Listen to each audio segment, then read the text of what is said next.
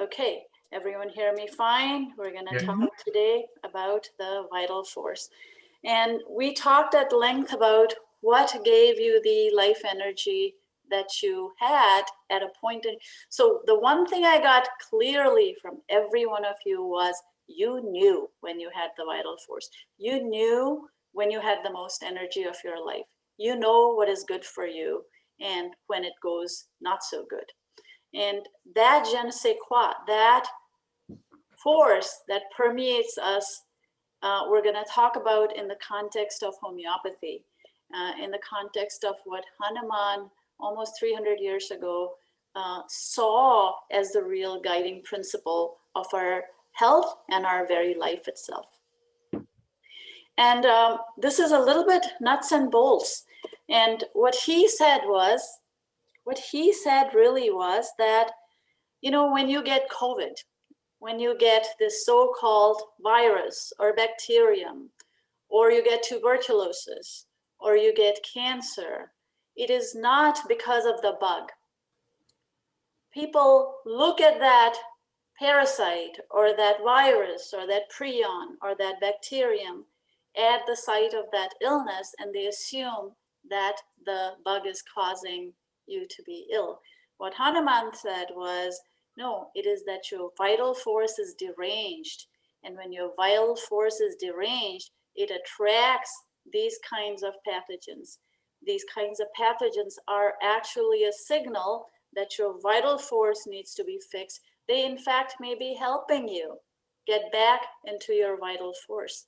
And we've seen evidence of that with people who are mercury poisoned. People who are mercury poisoned tend to have a lot of yeast infections. You know, children with high toxicity from their vaccines, they tend to have yeast infections. And what we're doing in our lack of understanding of the vital forces, we're giving these people, you know, antifungals, anti-yeast, nystatin, and so on. And what that's doing is it's taking out the yeast, but the problem is going deeper. Because guess what the yeasts were doing? Anyone guess? Healing us. They were healing us. The yeasts are actually grabbing the mercury, chelating it out of the body, taking it up, and helping us excrete it in an organic and less toxic fashion. And the vital force is of supreme intelligence.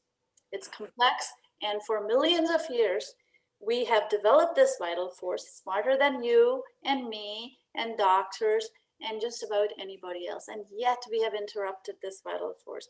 When a cancer comes out, we keep cutting off the cancer when the tumor comes out. But it's not a problem of a tumor. It is a problem of the body. It is a problem of the whole vital force. And that's what this discussion is really about. And so Hahnemann then says, so what is the curative process when you have a disease, when you are not at your best, when your vital force is not coursing through you, and you start to address it and it starts to get better, what is really happening? And what he says is, if you allow nature to take its course, the cure is from the inside out. And the worst part of the inside is the brain. I mean, that's the most sensitive, the most important organs. Then your inner organs, your heart, liver, kidneys, and finally the skin. So you find that when cures happen, the first thing that goes away is your mental illness, the illness of your soul, because he considers the soul to be the highest and the most important organ in our body. So the cure is from the inside out, above to below. So you start healing in your head first, then your heart heals, and then your extremities start to heal. And the body is innately smart. The body is very smart, and it heals the most important organs first, inside to outside. So you might be cured of your depression, and you might have an itch on your skin. Your depression is gone, you got eczema on your skin. You cure that eczema with steroids and other things, and you find that you get depression. You've seen people on acne medication. People on acne medication become suicidal. They get depressed. So the illness from the medication is driving the disease from the outside into your brain. And this brilliant guy saw this 300 years ago. And yet we are taking the approach of, if it is out of sight, then it must be gone. If we can make this itch or this eczema or this pustule go away by putting steroids on it, by giving it antibiotics, by lancing it, then it presumes that the illness is gone. But it's not the case. It's actually the opposite. Hahnemanm also said symptom regression happens in the following order: the latest first and the oldest last. So the last in, first out, meaning the last thing that you got gets cured the first, and the last thing was probably the most dangerous thing, and that gets cured first, and then it moves on to the oldest portions of your illness. And what happens is, say your mother died. Your mother died, your life force got whacked, and all of a sudden you have this, or your mother got very sick. You got this severe pain in your chest. And you said, okay, I never had it before. You sort of carry on and carry on. And that leads to the next deeper illness, which leads to the next deeper illness, and so on, until now you're physically sick after your vital force was knocked down. So what we're saying is, once you take steps to address the fundamental cause of the illness, which was your mother dying, everything else deranges itself, everything straightens itself out. And so if you had a great trauma, your mom died, and you didn't take precautions, or you didn't understand or didn't take the trouble to heal your body from that trauma, the trauma moves further and further and deeper into your psyche. And so if you had taken for the shock an aconitum at the time that the shock occurred, you're actually preventing the derangement of your life force. And that's very important. When we were young, when I was young and my mom and dad died, I thought I was young and strong and I could deal with it. I didn't take the time to mourn them. I didn't take the time to nourish my body and my soul at that time. And I suffered the consequences of that 2, 3, 5, and 10 years later. And so it is very, very important. We have these old traditions where when someone dies, the family gets food brought to it, so the family can sit down, mourn, hold hands, hug and touch, and exchange stories about that person who just passed. All of that is part of the curative process. And all of that is stuff that we have suppressed because we feel, oh, mom died. If I take antidepressant, I'll be just fine and I can move on with my life. No, you're not fine. Turns into a severe backache, turns into trauma that's unbelievably painful.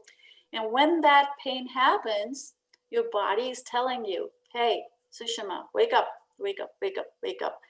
There's a bigger problem that I am bringing to your attention with the pain, and you got to address that. Instead, what do? We eat painkillers, we eat aspirins. If you get a fever, we eat ibuprofens, and all that is simply serving to suppress the life force. And the cure to this is the curative process. It's not materialistic, you see. The reason we have tried to make it materialistic is because we don't understand non-materialistic things. And when we don't see, say, electricity or magnetism, we just ignored it because we couldn't see it. But these things exist. And to understand the unknowable, meaning to know that 99% of all there is to know, we don't know, is to understand that your cures, our cures, are not materialistic, but related to the life force. Any questions on this? No questions. All right. What are the causes of disease? And Hahnemanm said and he wrote this in a book called The Organism of Medicine, where he said, any form of medicine needs to hang on a set of principles. And that principle should hold true no matter what. If it doesn't, then it's not a principle. It's like Newton's law of gravity, right? If you take something and you drop it, it's going to fall to the ground. If it flies off the ground, then there's something wrong with your principle. And so his aphorism, or based on his aphorism, a wonderful doctor who turned homeopath in 1849 said, every error in life produces its proportionate diminution of the vital force. So if there's an error in your life force gets deranged. And until you address it, it's going to continue to be deranged. And it continues to get lowered unless you actively address it. Sushma, one thing that would help me in looking at this page is, instead of calling it causes of disease, my mind immediately changed it to root of disease, because that keeps it inside of me rather than blaming something outside of me. Excellent idea. I'm going to change that to root of disease. Yes. Yes, yes, yes, yes, yes. Yes, it's the root of disease. Oh, there, done. bravo. Someone else had a question. I have a question. It has to do with the same thing, in some ways, extension of what Sunshine just said. It's identifying the root and relying on the wisdom of Hahnemanm or other people who understand what he said and carry on in that tradition. It seems to me, the question I have for myself is not doubting that, but wondering, are we really missing an extended part of information that we don't have yet? I'm thinking of, for instance, of Galileo. He talked about things that were laws and rules. And it was only later that people said, hey, he was, he's brilliant. But then much later, they said he didn't really understand it very well, because maybe he didn't have enough information. Yes, yes. Wondering if you could say something to that concept.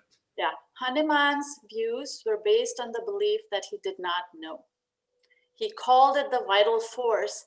He called it something that exists, but that we can't know.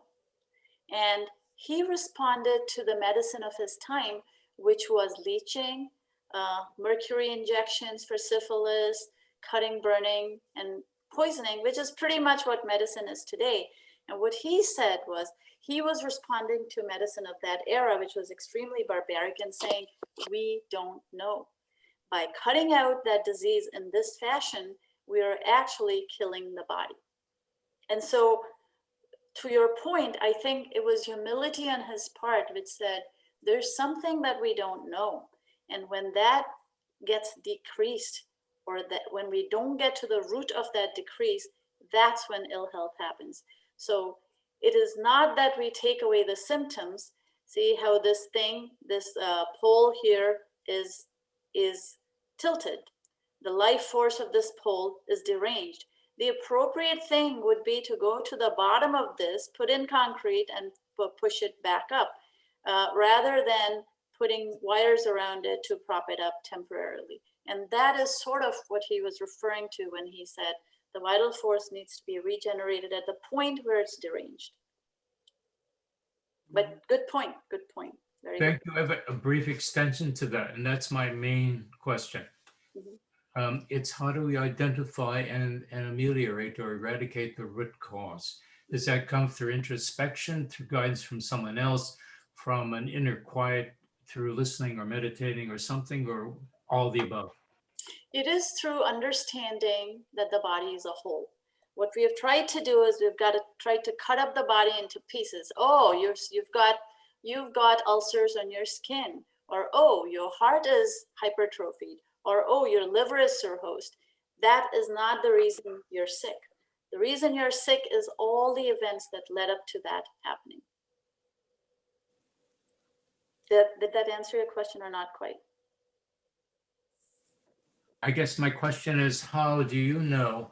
How does anyone? How do I know how to get to that root cause? Yes, yes, yes. You know it kind of backwards. The cure happens.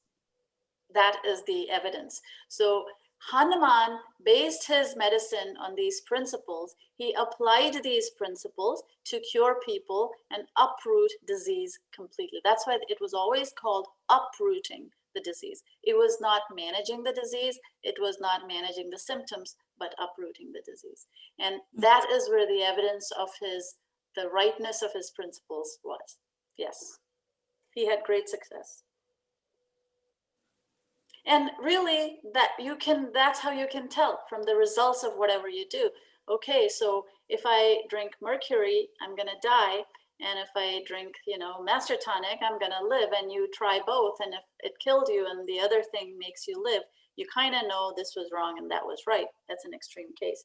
But based upon the results of his cures, it seems as though he was right on the vital force being deranged and the fact of addressing the root cause rather than the immediate symptom. Mhm. And the way he discovered this was by taking deep life history. So the person would come to him for, say, a migraine, and he would say, when did you get your migraine? Oh, I got the migraine when my baby died, and after that, the migraines never stopped. So you're going back to that period of derangement and you're addressing that condition. And when he did that, he had spectacular success.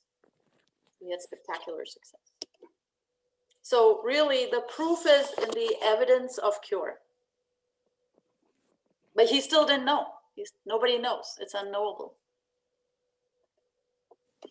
And then he goes on to say that something, and we don't know what that something is, knocks the life force down. It could be a death, it could be trauma, it could be physical trauma. So something knocks your life force down, and it expresses itself in symptoms. Someone was rude or mean to you, all of a sudden you develop a knee pain. And how do you treat it? And his treatment of it was, if your knee is hurting in response to a mental trauma that you had, then the appropriate medicine is not something that opposes the inflammation of the knee, but a medicine that in a person who was healthy would cause that knee pain to occur. And the reason for that is he believed that the life force was supremely intelligent. The life force was manifesting the disease through the knee. And if you applied the principles of the life force back to this, meaning you gave it medicine that caused that knee pain, then the disease would go away. And lo and behold, that is exactly what happened. When he applied Rus toxicodendron, which is poison ivy, a trituration of very, very, very diluted diluted solution of poison ivy to people with this knee pain. Poison ivy causes these kinds of flares, and he applied it in very diluted dosages. The knee pain went away. The life force rearranged itself. So similar disease is applied in a minimum dose. The life force responds to it. It goes, yeah, that's the support I was looking for. It, from being deranged, it springs back to life and the body heals itself. So the principles here are that an outside drug does not heal you. The cure is not outside, but the cure is inside your body, and you're healing yourself. And so when you have the coronavirus, you're gonna take remedies that respond to the kinds of symptoms you have, which your body is throwing up to protect and heal itself. So you respect your body's innate nature, which is, suppose when I had COVID, I had a sore throat, I had a cough, I had unbearable chills, I had vertigo, and I had shortness of breath. And I took remedies that in their gross form would have caused those symptoms. FOS1M cured me, and I healed. And so the life force responds to similar medicine. Does everyone get this, what it's all about? It's very different than allopathic medicine. Can I, one more thing, how you use the word vital force? And in the word vital force, there it starts out with the VI, Mhm. which is 6. And to me, it represents our sixth sense at recognizing what is off that's allowing us to have a depletion of our vital force. Yes, yes. I think that's a great way to put it, Sunshine, because that's exactly, this is Ellen, by the way. That's exactly how I feel about what you're saying, Sushma. It rings so true, so innately true. And like what you said, Sunshine, is almost like a sixth sense. Yep, yep. Love it, love it. You got it. I didn't think of the VI. It is the sixth sense. It is the sixth sense. Awesome.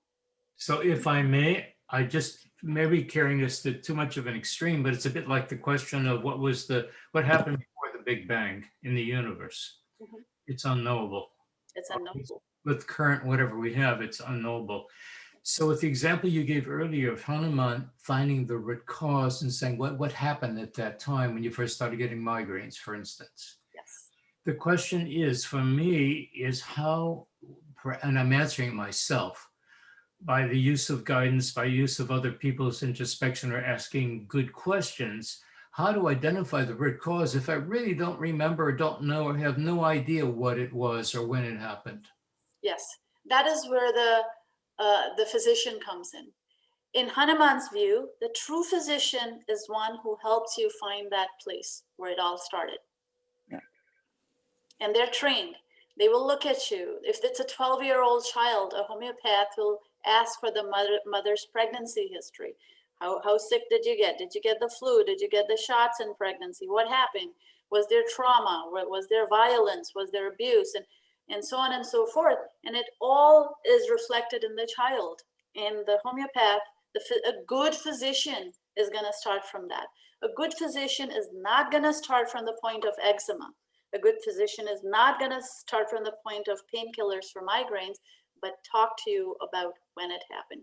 And I have seen some incredible results in people where physicians have thought it through in these terms. You know, this is part of what you're saying, like with land, you talk about thinking, you're questioning, you're thinking. And the thing is, how many times have we like misplaced a key or a purse or something? And we're thinking, where did I put it? Where did I put it? And as soon as you calm yourself down, quiet your mind, there it is. Yep. Yep. You know where it is.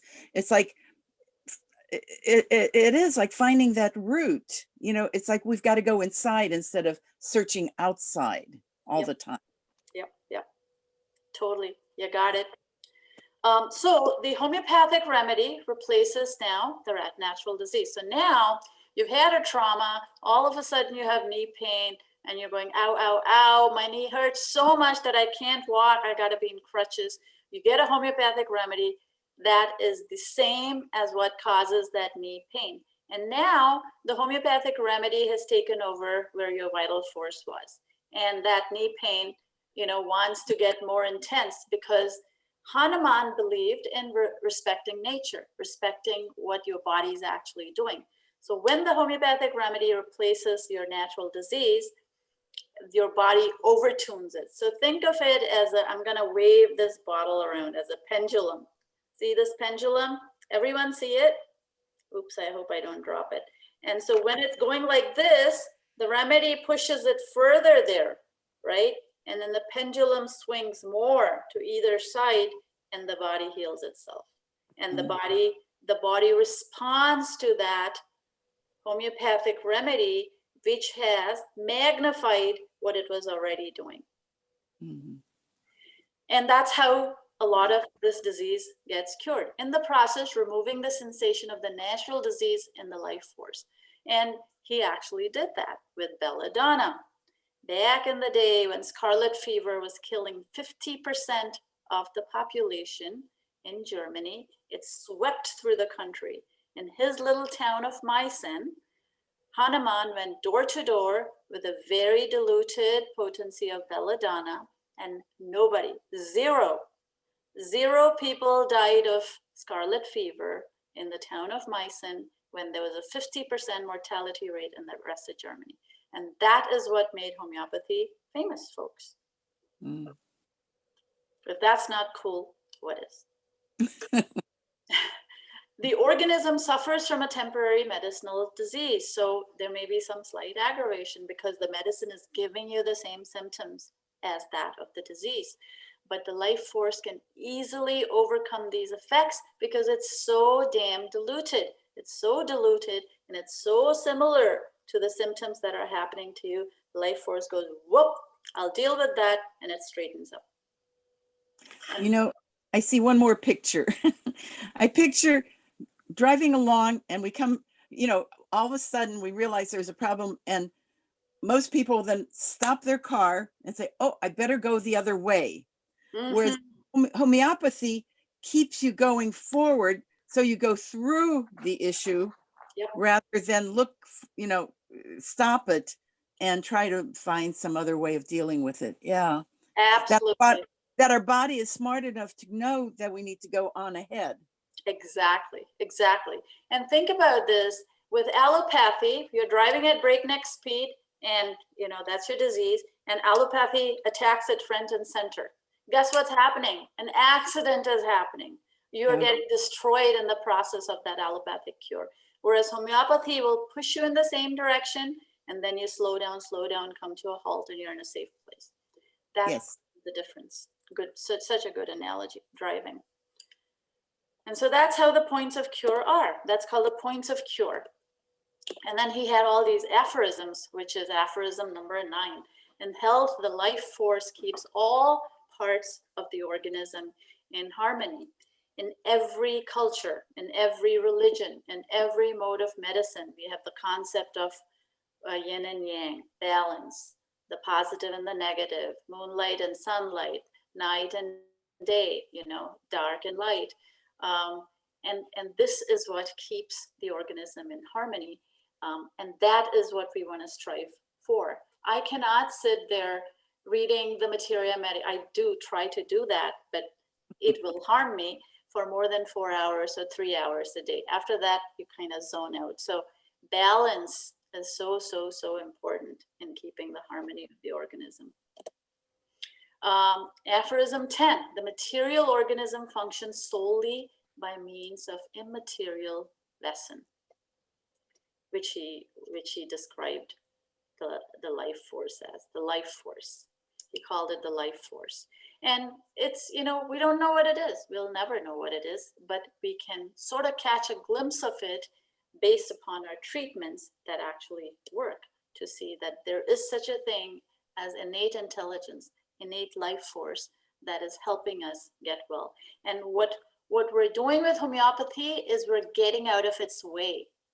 Instead of impeding that, instead of impeding your back pain, instead of impeding your knee pain, instead of impeding your celiac, we're going to give you remedies that actually cause those things to happen. And in doing so, you get healed. So one of the protocols for celiac disease is Merck Sol and Ipecac. And these are chemicals that in their real life will cause celiac disease.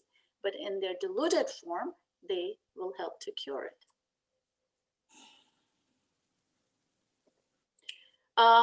So the modern theory, or the germ theory, says that we're surrounded by bacteria, we're surrounded by viruses, and they're all bad, and we gotta vaccinate the fish instead of cleaning out the tank. We have to pour drugs into us to keep that pestilential pathogen out. Well, the truth is the opposite, which is that those pestilential pathogens are very much part of our life. They live on our skin, they're in our throat, our nose, staphylococcus, you know, E. coli, etc. They live there, but our life force controls and manages all these. But we're 99.9% other beings that are living in and on our body. And so the cure is not to destroy or exterminate all these things, but rather to expand our life force. You know, it's almost like a plant in a garden. When you see it's got some problem, people want to spray it or do things to remedy it, but all they really need to do is strengthen the plant, Yes. because if the plant is strong, it will not be attacked. Yes, yes, so true. And yet the temptation to do those things is so immense for Yeah. farmers to put, all these chemicals on their plants, for them to use pesticides and biocides and broadleaf pesticides or broadleaf herbicides. And by the time you're done, you have pretty much poisoned the plant and taken away its vital force, taken away its ability to do anything at all. And that's sort of what we're doing with COVID. When you get an illness, what you want to examine is what got you to that illness, and treat it with a like therapy, with something that causes similar things. Instead, when we try to put ventilators into people whose bodies do not want to ferry oxygen around, we're actually killing them. When we put an azithromycin into what we think is a viral disease, but it's really an antibacterial, we're killing people. We're not strengthening them. And so disease is a marker of a deranged life force, and we must not fear it. And if we take the right remedies to help us to revitalize our vital force, I guarantee you no one's going to die, and we have evidence of it. In London, during the influenza epidemics, leptospirosis in Cuba, 80–90% survival rate in places where with vaccines the survival rate is a lot lower. During the Spanish flu, homeopathic hospitals had practically no mortality, and half the population was wiped out in the regular hospitals. And so you see that over and over again. What we don't have is the willpower to go through with it, where we say, okay, you've got a rip-roaring fever, and I'm going to give you something that actually gives you, like a belladonna, it gives you a rip-roaring fever, or it gives you, bugging eyes and red face and all that. And it's not going to make you worse. It's actually going to heal you, because your body knows that a fever is therapeutic. Your body knows that a cough is therapeutic, or diarrhea or vomiting is therapeutic. And the minute you suppress that, you're dead. Mhm. Sushma, and you've talked about using homeopathic medicines or products on humans, on animals. I'm wondering if you could say anything, kind of building a bit on what Sunshine was saying about plants. Yes. Not giving them poisons and all, but they need more boron, or they need more nitrogen, or less of something, or more of something. Yes. Simply bioplasma. Get bioplasma from rainbow, put it, dilute it in a gallon or two of water, feed your plants bioplasma. People have seen miraculous results with, various bugs and such going, weevils and voles and ants, etc., going away when the plant increased its ability to assimilate minerals. So bioplasma is a bunch of cell salts that are mixed together, and you give the plant the ability to do its job better. Mm. And I'm not per se touting homeopathy. You don't have to do homeopathy. You let the body heal itself. When you're sick, take chicken soup, drink beet kvass, drink master tonic, sleep, rest, puke it out, poop it out, vomit it out, done. Mhm. What did not kill you will make you way stronger. Now your body has put that information in a drawer, and you're never going to get that illness again. That's true immunity.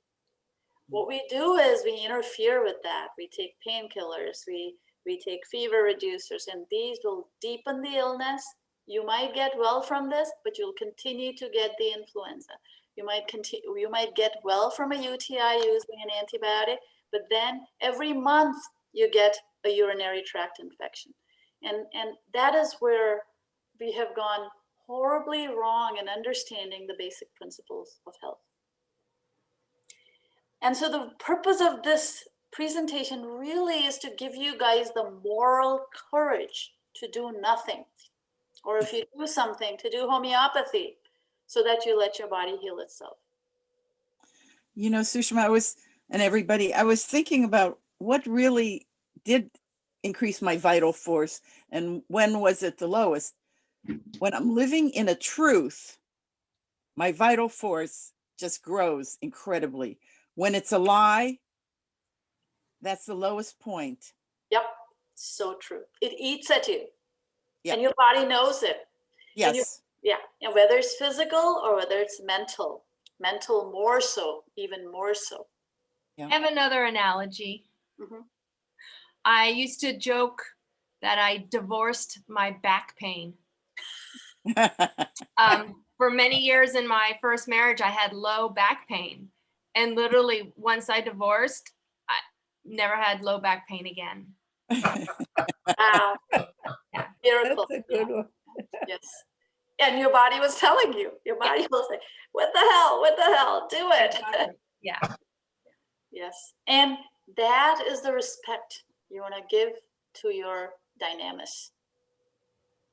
Yeah. You need to, we are made of nature. We are children of the earth. And our strength is in aligning ourselves with our very natures. And the second you veer away from that to either left or right or front or back, you start to get sick, literally, mentally, and physically sick. Yeah. Alrighty, aphorism 11. In disease, the life force is first dynamically mistuned and then manifests its mistunement through symptoms.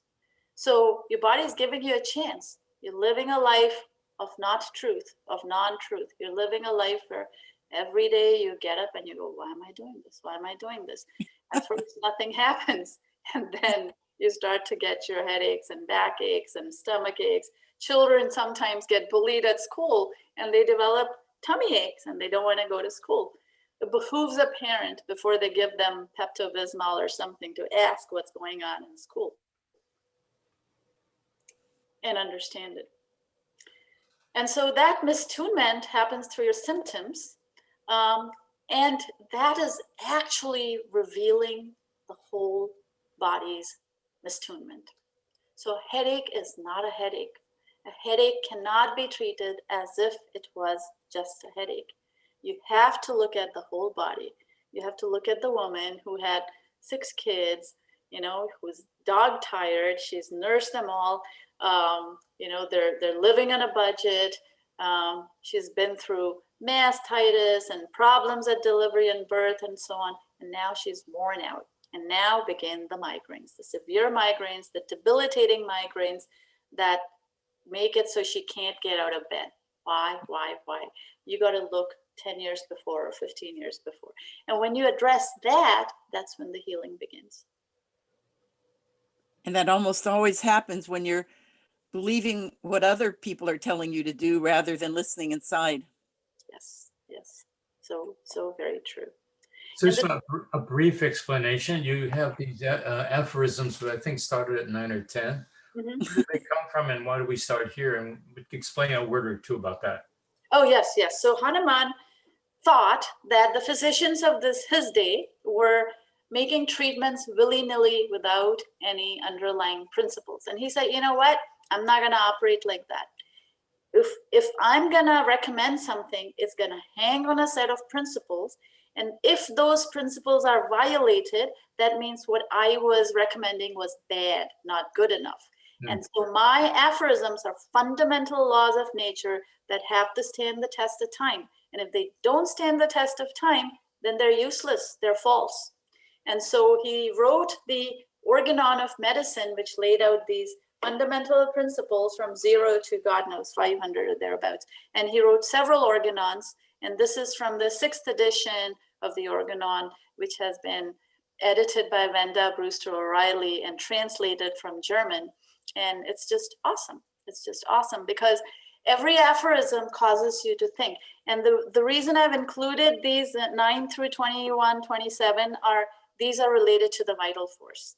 I encourage all of you to go get the Organon and it's like reflective meditation, just take aphorism number 1 and read it and think about it for a day.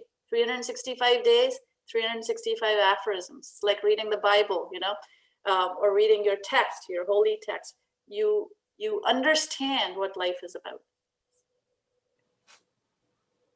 Thank you. Aphorism 13 on the vital force. It is absurd to view disease as separate from the living organism. You know, here we have a wonderful picture of a cancer, stage 0, 1, 2, 3, and 4. And you see how the cancer is motivated, stimulated by your blood vessels, by your lymphatic system, by your immune system to have this little tumor. And what do doctors tell you? Oh, let's take this one little tumor off and voila, you're in remission. Hell no, you're not in remission. You've got cancer. Nothing's cured. As a matter of fact, this is your body trying to insist. It's trying to create a cyst around something that it sees as dangerous. And by ripping it out, you're actually spreading it to other organs. And yet, if we have a golf ball sized tumor on our breast or on our elbow or in our abdomen, what do we rush to do? Remove it. We rush to remove it. That ain't the solution. That's not the answer by far. It is not separate from the living organism. The living organism has created the tumor in all its sanity. It's not the body gone insane. It's the body trying to protect itself when it does these things. But what is the way to, or what would you do instead of having the tumor removed? Oh, you would apply homeopathic therapies, which would address the derangement of the life force, and tumors have not just shrunk. We have glioblastomas that the Banerjee protocols have completely cured, meaning they're not in remission, they're gone, with a combination of Ruta 6C and Calphos 3X or something. Given over a long period of time, these brain lesions simply disappeared. Is there any sense to, and I've heard or seen stories of women, especially who had huge size cysts in their body, I mean, grapefruit size. Is there any sense or reason if that's causing immediate or local problems to have that removed as well as using homeopathic principles? I would say if it's causing problems such as not interfering in your ability to survive, yes. So if your intestines are blocked with a tumor that big, you're gonna die tomorrow, yes, by all means remove it surgically. But if it's not giving you trouble, figure out why you got sick, address that, and the tumor will take care of itself. The problem is people panic. Mm-hmm. I'm gonna say 85% of the people out there will not do that. They will say, I'm just gonna get a stent put in or a bypass or get this tumor removed or get a teeny tiny bit of radiation and chemotherapy just because. And those are poisons that you're really applying to a body that's doing everything it can to heal itself. Very few people have the courage, and there are people amongst you who have that courage. Gotta hand it to you guys. I love you for that. We have a member of, go ahead. There's one thing that I've experienced in all my years in meeting people that have treated tumors that they had. One of the things they use is their urine therapy. And they find that using their own urine allows the tumor to decrease in size. Yes. And these are people that were given, no time to live. And I met them 15, 20, 25 years later. Yep. And they had similar stories. I hate to bring it up because so many people probably would feel adverse to I've heard doing about that. But I watched actually a person reduce the jellyfish sting in their leg. Their leg was swollen so solid red, and took their own urine inside and put their urine on it, and we watched it go down as he drank the urine. Yeah. Urine's amazing. The anti-neoplaston theory is, the therapy is nothing but pee. It's synthesized pee, but Brzezinski has cured many, many brain cancers with essentially urine. But I would think in a laboratory. I would think your urine is homeopathic. Urine is very homeopathic. It has teeny tiny components of an insane number of molecules, and it taken midstream for certain problems. Yes. It's amazing. And so, yes, you're doing exactly what your body wants you to do. Uh-huh. There was one more. Did someone else have a question? No question. Okay, so the point here is you cannot view your migraine as separate from you. It's part of you. You don't have a migraine. You feel in your body that your head is hurting and you need to treat that. Aphorism 14, everything curably diseased makes itself known to the physician by signs and symptoms. So it kind of says the same thing as the previous one. The life force and the material organism form an indivisible whole, as do the mistunement of the life force and the complex of perceptible symptoms. So it's not like you have a headache and on the side you're depressed. You are a person who has depression, who has a headache, who has a tumor on their knee, and who has arthritis. And the person that we're treating, the thing that we're treating is not your arthritis separately, not your backache separately, not your headache separately, but you. And when you do that in homeopathic therapy, you're looking at the person's likes and dislikes. When do they sleep? When do they wake up? What are their bowel movements like? Are they angry? Are they happy? Are they weepy? How do they express their need for love?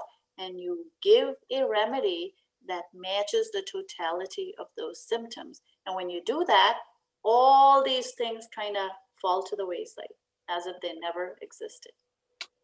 Can we maybe think about it as not having a headache and not having depression, but feeling the pain in my head, feeling the sad? If we get in touch with our feelings, I think we can cure it more than if we think we own it. You know, I mean, we have it and we've got to let it go. Absolutely. And that's one of the problems with the diagnosis. Yeah, I'll have people come to me and say, I have COVID, or I have pneumonia, or I have pleurisy. And I go, what are your symptoms? I feel this, this, this, and this. And so homeopathy does not treat diseases. It treats the symptoms of the whole person. Yes. And then it works.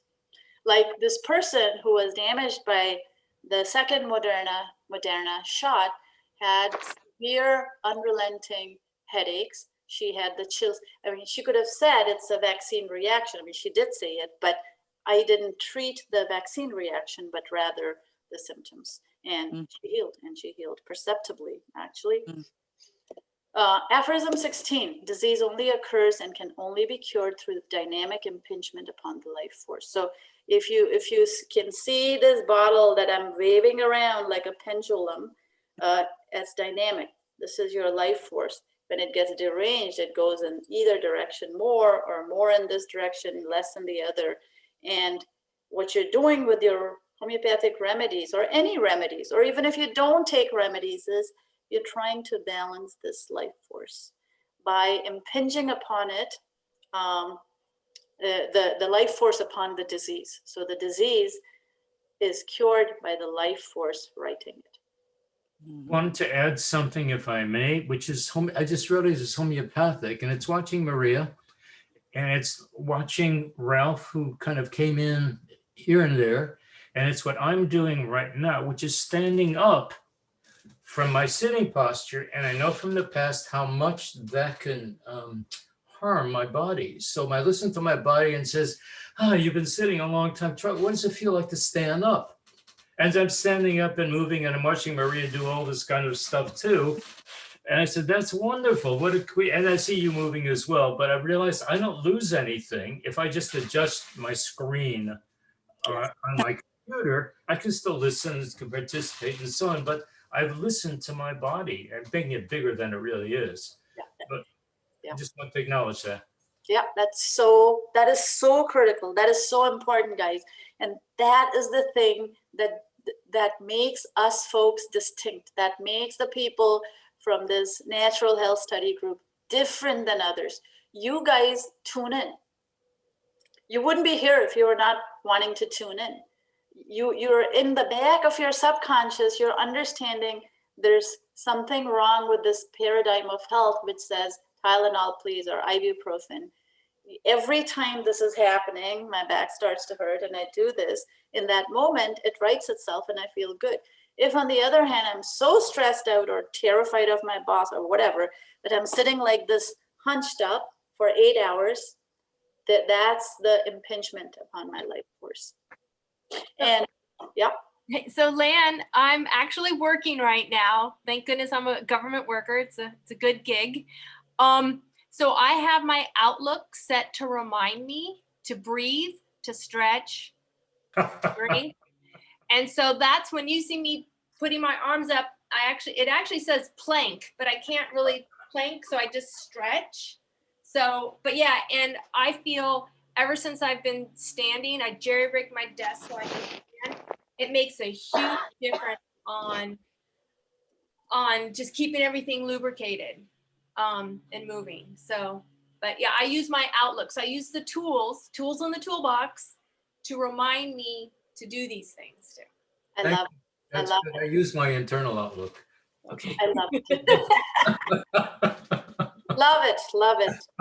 And that is the spirit of living your life. Every moment, every second, your body's sending you a message. Oops, you dug too much, back off. Oops, you hoed the ground in this way, and maybe you want to do something different, or take a break, or go take a drink, or eat a little something. And all you got to do is listen. All you got. And thinking in terms of homeopathy helps people do that. And that is the discipline and training every, mother in a family needs to have. What I find happening a lot is women with 2 children will, they're the first sign of fever, they're panicking and running to the doctor instead of sitting there and observing that child. Oh, you now have 100 degrees fever. Now it's gone up to 102. Meantime, their panic levels are going up. Instead of saying or thinking, this is very therapeutic, from a lack of appreciation of the human body's ways and means of healing itself. And so it is almost like we need to have this mandatory training for humans to see that, guys, the fever is your humanness. It's a very, very positive thing. And if we didn't do that, if we didn't rush to the doctor every time, we would not have 8 courses of antibiotics per person per year. We would not have 50,000 vaccines because of panic. People want their doctors to do something. And that brings me to the concept of placebo. So what homeopaths do is when the patient asks them, doctor, give me some medicine, I feel this, they give them sugar pills. They give them one medicine and that acts for the next 2-3 months. And if the patient still wants medicine, they give them sugar pill. What do we do in the allopathic world? We give them Tylenol or antidepressants every single day. And they're so toxic, they're so bad for you. Within the year, they have developed other diseases. And so fundamentally, at heart, there's a caring for the patient, which is that you don't need more medicine, person. You now need to have this remedy take effect over the next 2, 3, 4, 6, 10 months. And if I see it again getting deranged, I'll give you another dose of sulfur 200, but only if you really need it. And if you feel the need for medicine, take placebo. And that is the ethics of a homeopathic doctor. And to my mind, that is super important for a doctor to say, your child does not need Tylenol. Your child needs to rest and stay at home. Mm. Aphorism 17, the only thing the physician has to do to remove the entire disease is take away the entire symptom complex. And that's another key thing, which is when you're not addressing just a headache or just a stomach ache, you're addressing the totality of the symptoms. You are basing your remedy on everything that's ailing that person that covers the waterfront or those sets of symptoms. And that is what will help the body right itself. And that's all the physician can do. He has to respect the body and assume that it's going to do the right thing by itself. Aphorism 18, the totality of symptoms and circumstances in each individual case of disease must be the sole indicator in selecting the remedy. So there's no hanky-panky, there is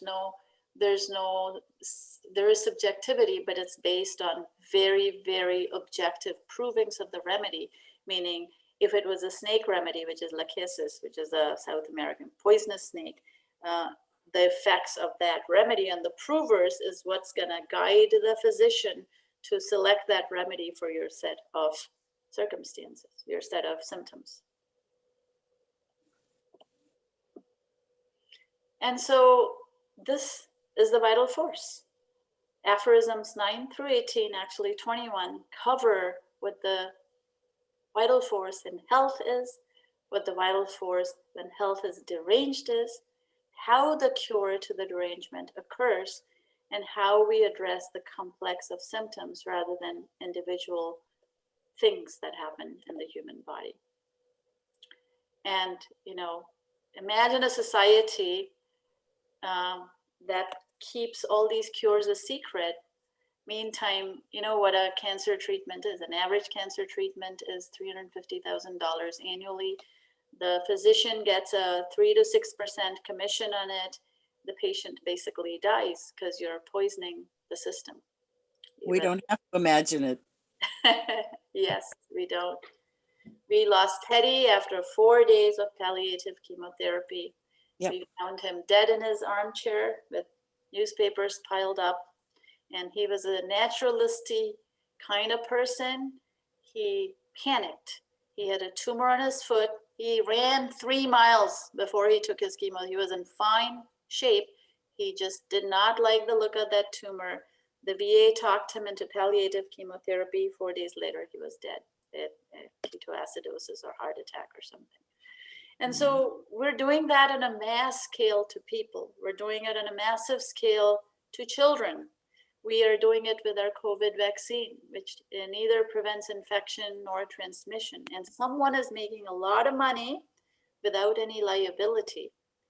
And it behooves us to educate others on this, although you'll probably get slapped if you try to do that. So please be careful. You don't want to derange your life force doing this. And, Sushma, yeah. I just read an article in The Economist that talked about how these pharmaceutical companies are getting banner profits. Pfizer to the tune of $15 billion. Oh, probably. They're going to make $500 billion by the time. Exclusively so far on their COVID vaccine. Yeah. Absolutely. And so now I'm going to stop recording and